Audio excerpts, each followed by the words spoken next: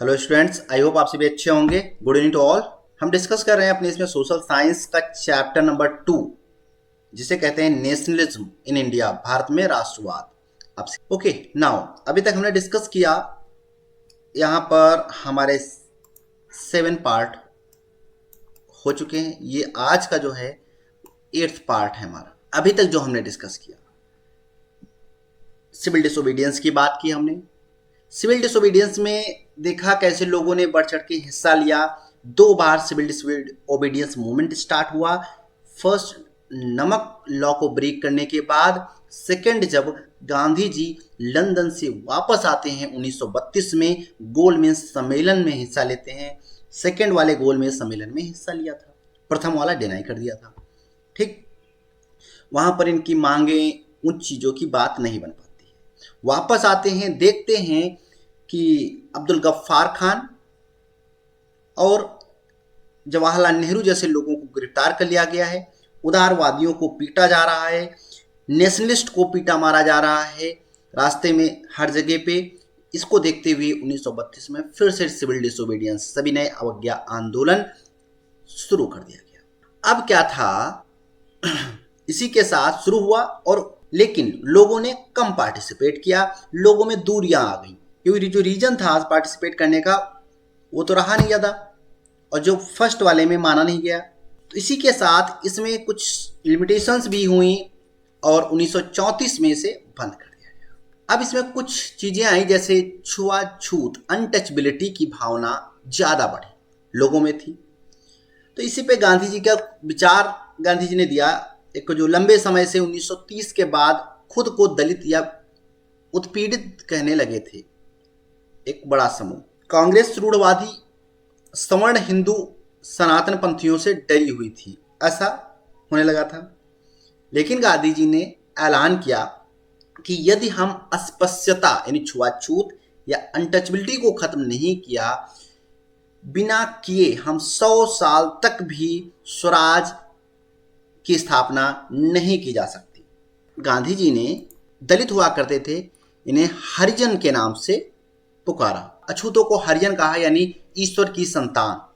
उन्हें मंदिरों, सार्वजनिक तालाबों, सड़कों, कुओं पर समान अधिकार दिलाने के लिए सत्याग्रह किया, क्योंकि अब जरूरत थी पहले खुद की लड़ाई लड़ ली जाए, फिर बाहर वाले से लड़ाई लड़ी जाए।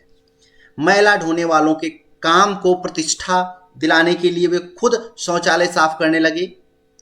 उन्होंने ऊंची जातियों का आह्वान किया कि वे अपना हृदय परिवर्तन करें और छुआछूत या अस्पृश्यता के पाप को छोड़ें। और बहुत सारे दलित नेता अपने समुदाय की समस्याओं का अलग राजनीतिक हल ढूंढना चाहते थे, क्योंकि अब राजनीतिक डिवाइडेशन हो रहा था, लोग बट रहे थे।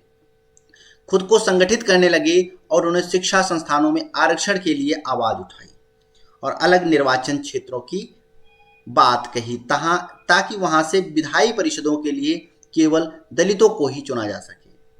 उनका मानना था कि सामाजिक अपंगता जो है, ये एक जो हमारे साथ बिहेवियर हुए हैं, उसको दूर करने के लिए राजनीति सशक्तिकरण से ही दूर हो सकती है।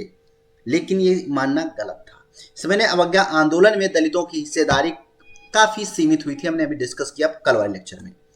महाराष्ट्र और नागपुर में खास तौर पे दिखाई देती थी। उन्होंने संगठित काफी मजदूर थे।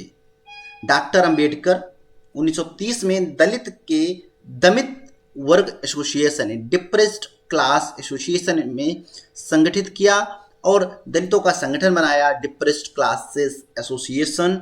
1930 डॉक्टर BR अम्बेडकर साहब जी ने और दलितों के लिए अलग निर्वाचन क्षेत्र की मांग की कि अब इनका इलेक्शन अलग होगा। दूसरे गोलमेज में गांधी जी के साथ डॉक्टर अम्बेडकर भी हिस्सा लिए थे। उनका काफ़ी विवाद हुआ और ब्रिटिश सरकार ने अम्बेडकर की मांग मान ली, तो गांधी जी आमरण अनशन पर बैठ गए। इनका मत था, क्योंकि दलित ब्रिटिशर्स को चाहिए था कि हम पूरी सोसाइटी को डिवाइड करके रखें, मुस्लिम लीग को अलग, डिप्रेस्ड क्लास को अलग और कांग्रेस को अलग छोड़ दें। तो दलितों के लिए अलग निर्वाचन क्षेत्र की व्यवस्था से समाज के उनके एकीकरण की प्रक्रिया धीमी हो जाएगी, जो हम लोग यूनाइट हुआ करते थे। आखिरकार अंबेडकर ने गांधी जी की राय मानी और गांधी जी जेल में थे, पूना की जेल में, यरवदा जेल में, है ना। वहां पर सितंबर 1932 में यरवदा जेल में doctor B are Ambedkar ji को गांधी जी ने बुलाया और मिलने गए यरवदा जेल पुणे में। वहीं पर सितंबर 1932 में एक पूना पैक्ट पर हस्ताक्षर हुए, जिसमें उन्होंने बात की कि कोई भी किसी भी प्रकार की पार्टी नहीं बनेगी। 1920 के दशक में के मध्य कांग्रेस, हिंदू महासभा जैसे हिंदू धार्मिक राष्ट्रवादी संगठनों के काफी करीब दिखाई देने लगी। वैसे वैसे हिंदू मुस्लिम्स के बीच संबंध खराब होते गए। उग्र धार्मिक जुलूस निकालने लगे, जिससे कई शहरों में हिंदू मुस्लिम सांप्रदायिक टकराव भी शुरू हो गया। तो ये हर दंगे के साथ दोनों समुदायों के बीच फासला बढ़ता गया और कांग्रेस और मुस्लिम लीग ने एक बार फिर गठबंधन का प्रयास किया। कब? 1927 में। ऐसा लगा कि जब अब एकता स्थापित हो ही जाएगी। सबसे महत्वपूर्ण मतभेद भावी विधानसभाओं के प्रतिनिधित्व के सवाल पर था, जिसमें मुस्लिम लीग के नेताओं में से एक मोहम्मद अली जिन्ना का कहना था कि अगर मुसलमानों को केंद्रीय सभा में आरक्षित सीटें दी जाएं और मुस्लिम बाहुल्य प्रांतों जैसे पंजाब और बंगाल में मुसलमानों को आबादी के अनुपात में प्रतिनिधित्व यानी रिप्रेजेंटेशन करने का मौका दिया जाए, तो मुसलमानों के लिए पृथक निर्वाचन की मांग छेड़ने के लिए तैयार हैं। 1928 में एक सर्वदलीय बैठक बुलाई गई थी, इसमें हिंदू महासभा ने के जो एम.आर. जयकर हैं, उन्होंने इसका समझौते पर विरोध किया था। सविनय अवज्ञा आंदोलन शुरू हुआ और समुदायों के बीच संदेह और अविश्वास का माहौल बना हुआ था। दूसरे सविनय अवज्ञा आंदोलन में कांग्रेस से कटे हुए मुसलमानों का बड़ा तबका किसी संयुक्त संघर्ष के लिए तैयार नहीं था, जिससे काफी बड़ी चिंता होने लगी थी। तो इसी के साथ गांधी जी ने एक फैसला लिया था कि मुस्लिम लीग को अलग है, तो पहले हम जो हिंदू हैं उनमें एक भावना की बात करें, जैसे अनटचबिलिटी जैसे वर्ड की हम जो बात करते हैं, अनटचबिलिटी को बात करते हैं, उसको समाप्त किया जाए। ठीक, तो इस होप से इन्होंने हरिजन कहा था। हरिजन का मतलब होता है son of God, sons of God, ईश्वर की संतानें, क्योंकि ईश्वर सभी की पालनहार है, सभी की सेवा करता है। उसी तरह से ये लोग भी सभी की सेवा करते थे। ये सत्याग्रह किया गांधी जी ने इनके साथ मिलके, और जैसे tank, road, school, public, temple, सभी जगह इनको एक्सेस दिलाया, इनको पास दिलाया। Now he clean Harijan colonies and in this आश्रम नो कास्ट फीलिंग्स। इन्होंने बात की कि हरिजन के सब जगह पार्टिसिपेट करेंगे और सभी जगह रहेंगे। और गांधी जी वर्सेस अंबेडकर जी का एक वो हुआ, जिसमें पूना डॉक्टर अंबेडकर ने डिमांड किया था सेपरेट इलेक्शन की, जो हमने बात की अभी सविनय अवज्ञा आंदोलन में ही। गांधी जी ने अपोज किया था इस इलेक्शन को, और उन्होंने क्योंकि ये डिसयूनिटी को क्रिएट करेगा। सेकेंड राउंड कॉन्फ्रेंस में ये क्लैश स्टार्ट हुआ था, लेकिन पूना पैक्ट के साथ 1932 में, सितंबर 1932 में गांधी जी और अंबेडकर जी के साथ एक समझौता हुआ, पूना पैक्ट, जिसमें दलित लेजिस्लेचर में रिजर्वेशन की बात की हो गई, लेकिन सेपरेट इलेक्शन की बात नहीं हुई। अंबेडकर एग्री हो गए थे कि हम साथ में बात करेंगे, सेपरेट इलेक्शन की डिमांड गिव अप कर देंगे, छोड़ देंगे, और वो छोड़ दी थी। यरवदा जेल में जब महात्मा गांधी जी थे, वहां पर पूना पैक्ट साइन हुआ था। ठीक, अब क्या था, दूसरी तरफ कल्चरल फैक्टर्स आ रहे थे सामने, और कल्चरल फैक्टर जैसे हमने यूरोप में देखा था, जैसे हमने फ्रांस में देखा था कि कैसे पूरा मूवमेंट जो था वो नेशनलिस्ट, लिबरल्स, एक्सट्रीमिस्ट, इन लोगों से के साथ ही चेंज होके फीलिंग ऑफ द नेशनलिज्म की बात की गई। अभी लड़ाई झगड़े, हिंसा, प्रोटेस्ट से बढ़ के अब फीलिंग थी, इंटरनल फीलिंग्स की बात होने लगी। अगर लोगों में कल्चरल फैक्टर्स में रहेगा, जैसे हमने अलग अलग फैक्टर्स पे देखा था, फ्रांस की बात करें चाहे हम यूरोपियन कंट्रीज की बात करें, अब लोग जब जुड़े होंगे एक संपूर्ण एक ऐसे तंत्र से, एक ऐसे इनर फीलिंग्स के साथ नेशनलिज्म की, तो उनको कोई डिवाइड नहीं कर सकता है और उसी के साथ लोगों को ज़्यादा बेनिफिट होगा।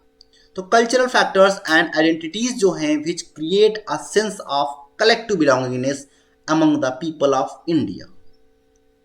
इसमें क्या हुआ, इमेज ऑफ भारत माता की बात की गई, जिसको Bankim Chandra Chattopadhyay create image of Bharat Mata and Abanindranath Tagore painted her image. Abanindranath Tagore ji ने उस इमेज को प्रिंट किया और बंकिम चंद्र चट्टोपाध्याय जी ने उस इमेज को क्रिएट किया। भारत माता जिसका नाम दिया गया, जैसे हम फ्रांस में हमने पढ़ा था, है ना, जर्मेनिया, ब्रिटानिया, है ना, इन सब चीजों की हमने बात की थी, देखा था ना पहले कि जो कैसे वुमेन को सामने लाए थे, उसी तरह से यहाँ पर भी बात होने लगी उन चीजों को लाया जाना। क्यों? क्योंकि अब ये जो क्लास हुआ करता था, ये इमर्जिंग जो मिडिल क्लास था और ये एजुकेटेड जो क्लास हुआ करता था, तो इन्होंने उन चीजों की बात की। भारत माता लुक लाइक अ सन्यासिनी, भारत माता को एक सन्यासिनी की तरह दिखाया गया है। ये आप देखिए, ये सन्यासिनी की तरफ दिखाया गया था, ठीक। सी काल्म, वो शांत, डिवाइन एंड स्पिरिचुअल दिखाया गया था।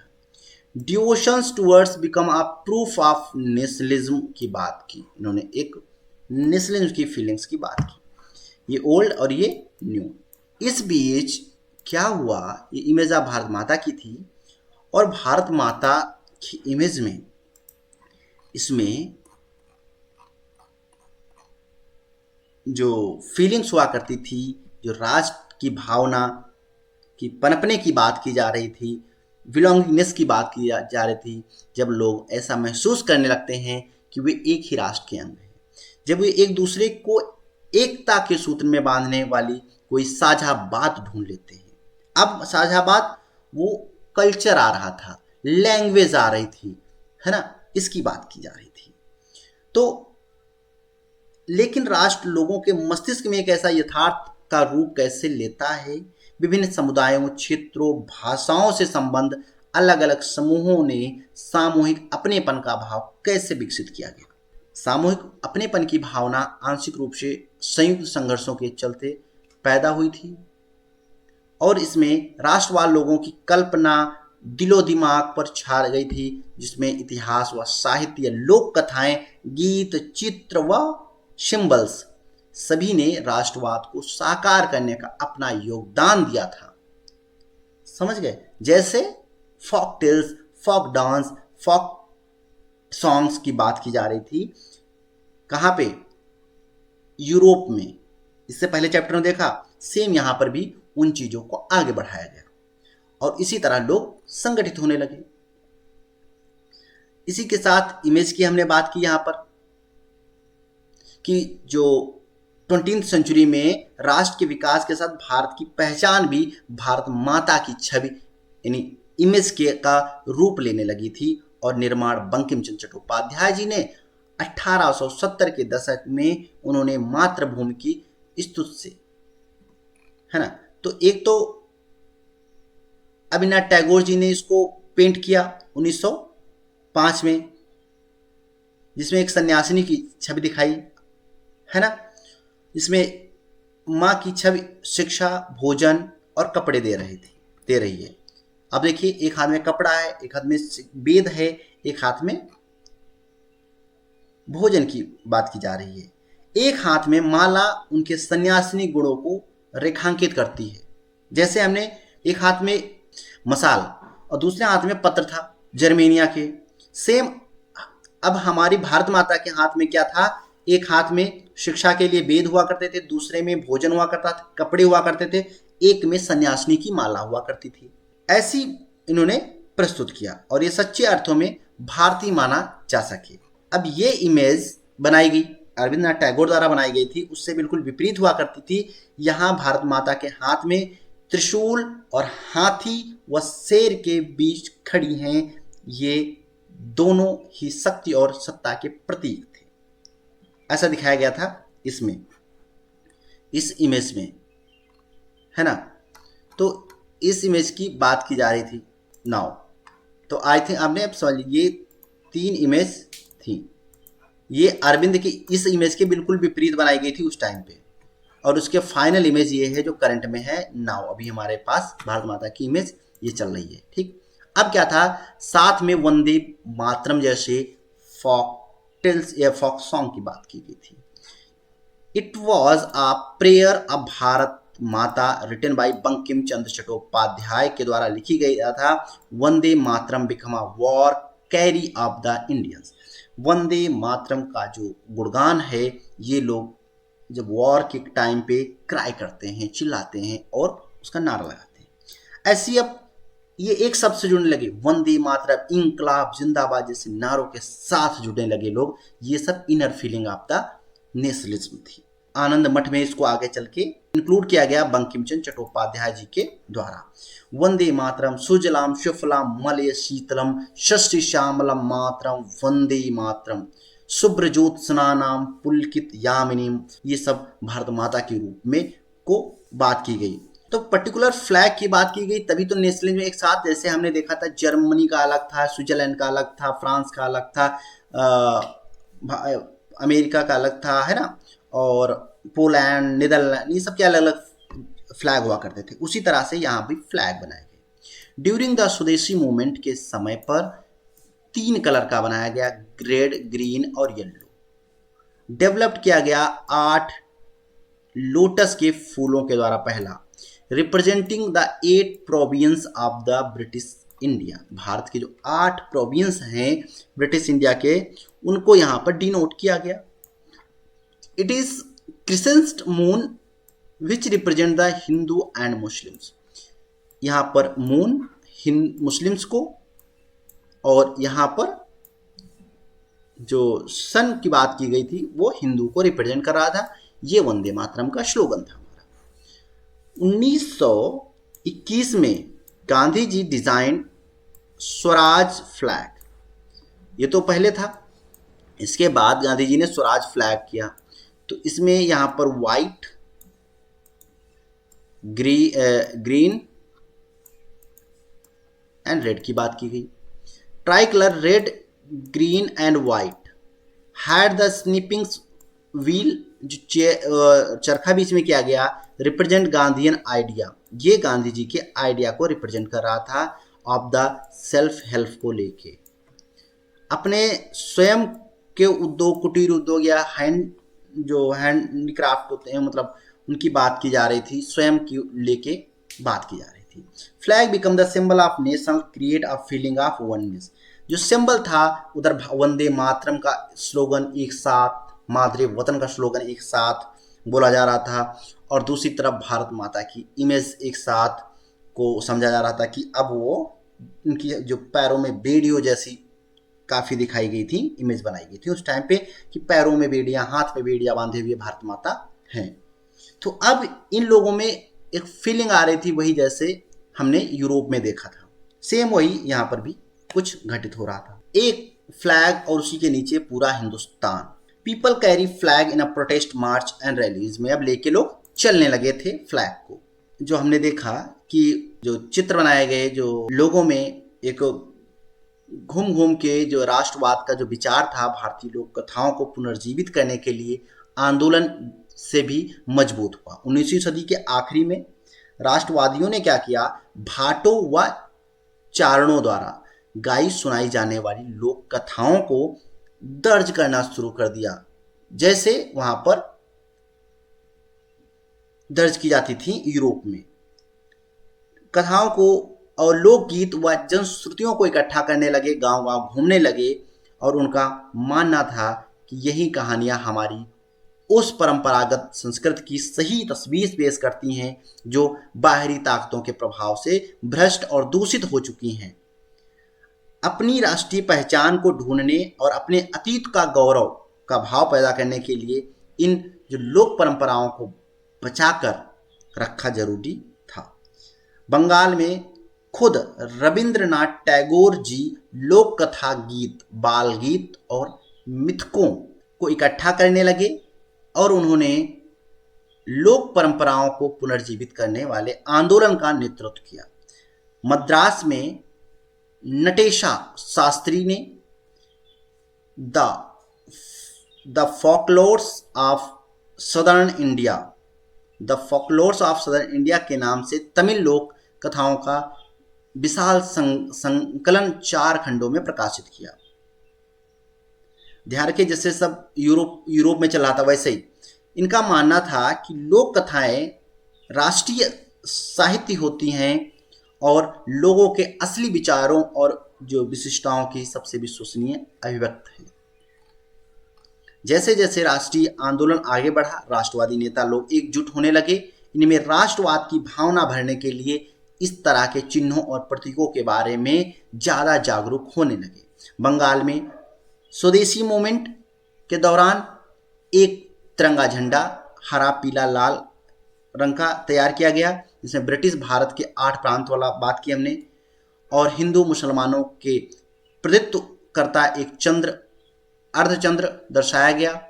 1921 तक गांधी जी ने स्वराज का झंडा तैयार कर लिया था, जिसमें चरखा था, जिसमें सफेद, हरा और लाल रंग था और मध्य में गांधीवादी प्रतीक चरखा दिया गया, जो हमने भी आपको दिखाया। अब जुलूस में सब निकलने लगे। इतिहास की पुनर्व्याख्या राष्ट्रवाद की भावना पैदा करने का एक और साधन था। इसी तरह 19वीं सेंचुरी के अंत तक आते आते बहुत सारे भारतीय यह महसूस करने लगे थे कि राष्ट्र के प्रति गर्व का भाव जगाने के लिए भारतीय इतिहास को अलग ढंग से पढ़ाया जाने लगा। अंग्रेजों की नजर में भारतीय पिछड़े हुए और आदिम लोग थे जो अपना शासन खुद नहीं संभाल सकते थे, ऐसा उनका मानना था। इसके जवाब में भारत के लोग अपनी महान उपलब्धियों की खोज में अतीत की ओर देखने लगे। उन्होंने अब उस गौरवमयी प्राचीन युग के बारे में लिखना शुरू कर दिया जहां कला, वास्तुशिल्प, विज्ञान, गणित, धर्म, संस्कृति, कानून और दर्शन और हस्तकला जैसे व्यापार फल फूल रहे थे। उनका कहना था कि इस महान युग के बाद पतन का समय आया और भारत को गुलाम बना लिया गया। इस राष्ट्रवादी इतिहास में पाठकों को अतीत में भारत की महानता और उपलब्धियों का गौरव करने और ब्रिटिश शासन के दहशत दुर्दशा से मुक्त के लिए संघर्ष का मार्ग अपनाने व आह्वान किया जा सकता था। लोग को एकजुट किया गया। राजपूताना, मराठा जैसे लोगों की कहानियां सुनाई गईं और कहानियां बताई गईं। सिख अंग लोगों की कहानियां सुनाई गई, कहानियां बताई गईं और एक गौरवमय इतिहास की चर्चा की जाने लगी। गौरव और हिंदू का अतीत था और उसकी बात की जाने लगी और उन छवियों को सराह लिया जा रहा था। वे हिंदू प्रतीक थे और समुदाय लोग अलग थलग समूह करने लगे। तो ये सब चीजें इकट्ठा होने लगी और लोग बात करने लगे। इसी समय डिस्कवरी ऑफ इंडिया जो जवाहरलाल नेहरू जी ने लिखी, British considered Indian backward and primitive and they said that India were not capable of ruling themselves.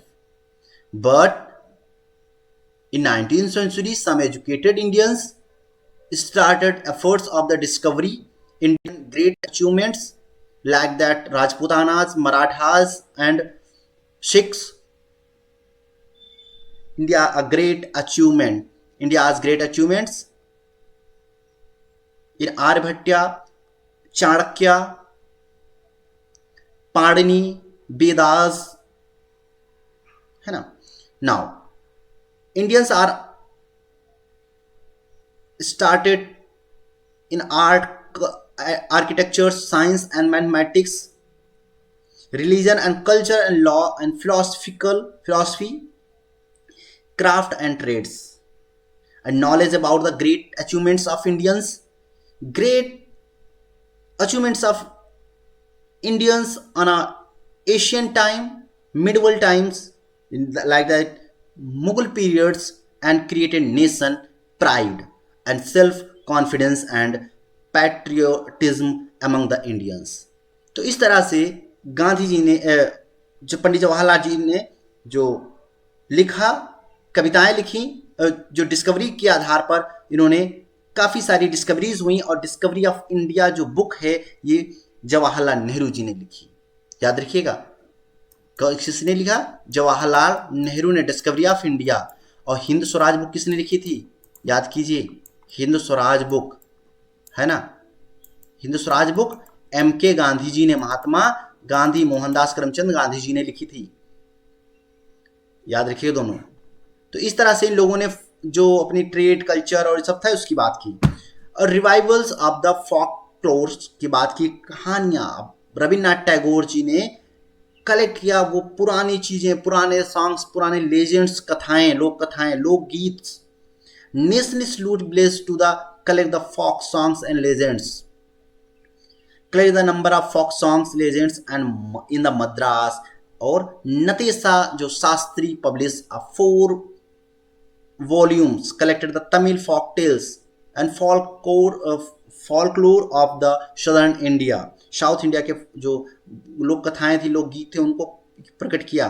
Folk songs and legends gave the true picture of Indian cultures, जो हमारे पुराने जो चीज़ें थी वो सही में लोगों को एक साथ लाने की बात कर रहे थे।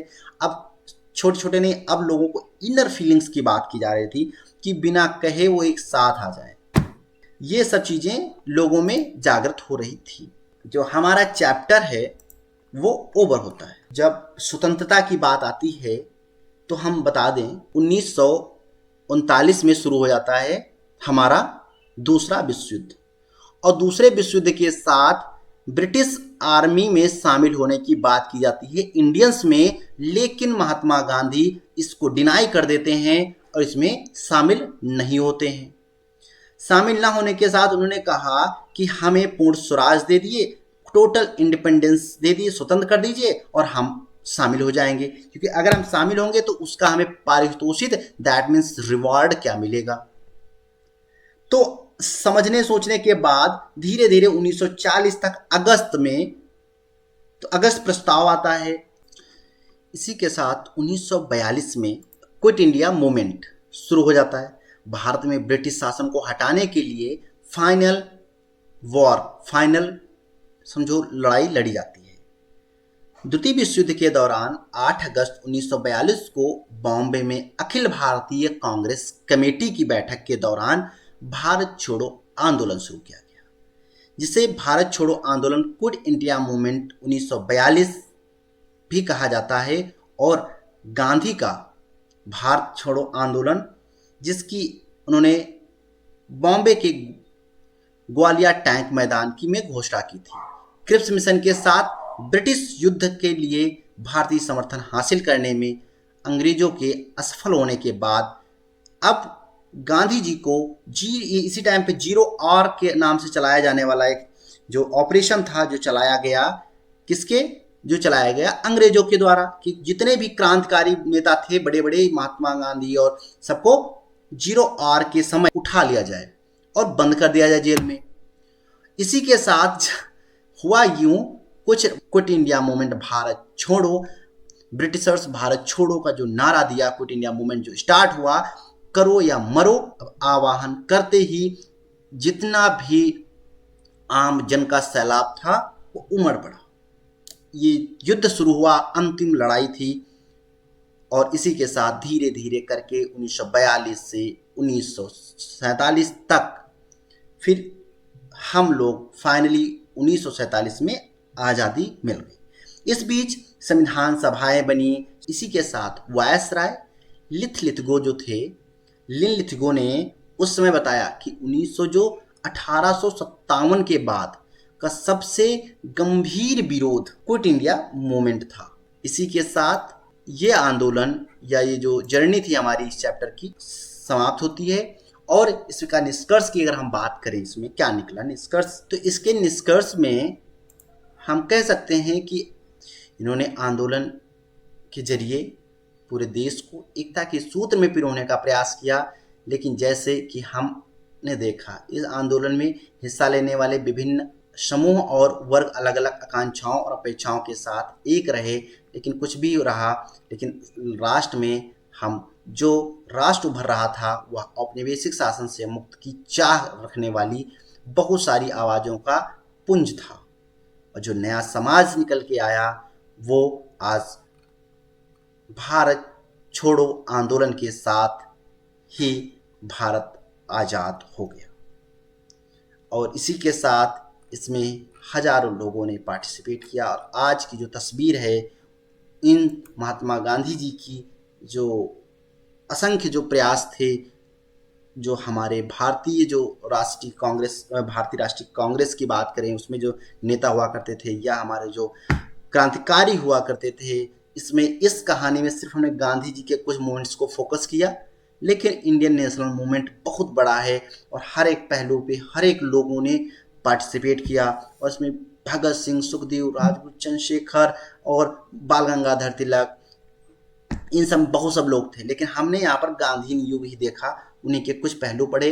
तो इसका मेन अगर हम बात करें तो आपको याद रखने हैं सत्याग्रही आंदोलन, जिसमें चंपारण के बाद खेड़ा, खेड़ा के बाद आपका अहमदाबाद।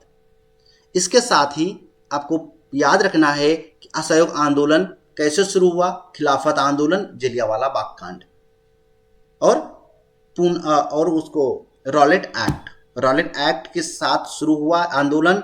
जलियांवाला बाग कांड कन्वर्ट हो गया जलियांवाला बाग कांड को आगे बढ़ाने के लिए खिलाफत मूवमेंट स्टार्ट हुआ, जो कि ऑटोमन एम्पायर से संबंधित था। और उसी के साथ असहयोग आंदोलन शुरू हो गया। असहयोग आंदोलन समाप्त होने के चौरी चौरा के साथ समाप्त हुआ। और इसी के साथ समाप्त होने के बाद ही तुरंत बाद ब्रिटेन में गवर्नमेंट परिवर्तन होना था। इसी के साथ साइमन कमीशन को भेज दिया गया भारत 1928 में। उसका विरोध करने के लिए एक्सट्रीमिस्ट और मॉडरेट दोनों लोगों ने सम्मिलित प्रयास किया और साथ में मुस्लिम लीग ने भी समर्थन लिया। बट उसमें जगह जगह पिटाई हुई और साइमन गो बैक के नारे दिए गए। लाला लाजपत राय जो एक एक्सट्रीमिस्ट नेता हुआ करते थे, जो गरम दल वो हुआ करते थे, इनको भगत सिंह जैसे लोगों के साथ सुखदेव लोगों के सामने लाहौर में पीट पीट के लाठियों से मार दिया जाता है। इसी के साथ फिर से परिवर्तन होता है और लाहौर असेंबली में बम फोड़ दिया जाता है बदला लेने के लिए भगत सिंह ने। वो एक पार्ट अलग था, पैरेलल चल रहा था बट अलग था। ठीक, अब क्या हुआ, जब ये सब कांड इंसिडेंट हुए तो 1929 में लाहौर का सेशन होना था, जिसकी अध्यक्षता कर रहे थे जवाहरलाल नेहरू जी। इन्होंने डिमांड की, इरविन पैक्ट समझौता हुआ। इरविन ने सिर्फ डोमिनियन स्टेटस की बात की, लेकिन जो हमारे नेशनलिस्ट लोग थे उन्होंने क्या कहा, नहीं, हमें पूर्ण स्वराज चाहिए। सोशलिस्ट रिपब्लिकन एसोसिएशन भी यही बात कर रहा था। इसी के साथ 1930 में टोटल इंडिपेंडेंस मनाने की बात की। जवाहरलाल नेहरू ने 26 जनवरी को झंडा फहराएंगे और फहराने के साथ ही गांधी जी ने सिविल डिसओबीडियंस मूवमेंट की बात की, जो कि असहयोग आंदोलन से भिन्न थी। और इसमें लोगों ने कहा कि जितने भी अवज्ञा करना है, जितने भी रूल्स बनाए गए हैं औपनिवेश शासक के द्वारा, ब्रिटिशर्स के द्वारा, गांधी जी ने नमक कानून तोड़ा। जगह जगह देश में नमक कानून तोड़ा गया और सारे कानून तोड़े गए। और तोड़ने के साथ ही सिविल डिसओबीडियंस मूवमेंट स्टार्ट हुआ, जो कि रोक दिया गया बीच में ही। रोकने के साथ गोल में सम्मेलन हुआ, जिसमें लंदन गांधी जी गए, वहां पर इनकी बातें नहीं सुनी गई। वहां पर सेपरेट दलित इलेक्शन की बात की गई, जिसका पक्ष ले रहे थे डॉक्टर भीमराव अंबेडकर। इसी के साथ फिर वापस आए, पूना पैक्ट साइन हुआ 1932 में यरवदा जेल में गांधी जी के द्वारा। गांधी जी और अम्बेडकर के बीच में सेपरेट इलेक्शन की बात नहीं की गई, सिर्फ रिजर्वेशन देके काम चलाया गया। क्योंकि अगर सेपरेट इलेक्शन होता तो डिसयूनिटी क्रिएट हो जाती, इससे मूवमेंट कमजोर हो जाता। ठीक है, फिर उसी के साथ ये हुआ कि धीरे धीरे मूवमेंट आगे बढ़ता रहा और नहीं, फिर से वापस आए और सविनय अवज्ञा आंदोलन चालू हुआ। 1934 में सविनय अवज्ञा आंदोलन फाइनली रूप से धीमा पड़ गया तो बंद कर दिया गया, और बंद करने के साथ ही वहां पर वर्ल्ड वार 2 स्टार्ट हो गया और बीच में यहाँ पर चलता रहा। 1935 में इंडियन एक्ट बना जिसमें हमारा संविधान बनाया गया। 1936-37 में डोमिनियन स्टेटस के तौर पे सरकार बनी।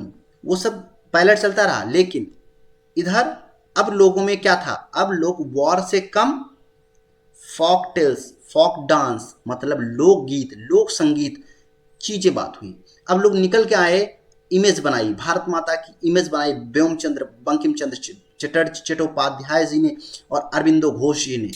तिरंगा बनाया गया, चरखा वाला तिरंगा गांधी जी ने डेवलप किया, है ना। इन सब पहले साथ में सब चल रहा था कि हम लोग अपने चैप्टर में जो डिस्कस करते हैं। इसी के साथ वंदे मातरम जैसे स्लोगन दिए गए, जिसको आनंद मठ में रविन्द्रनाथ टैगोर जी ने इंक्लूड किया।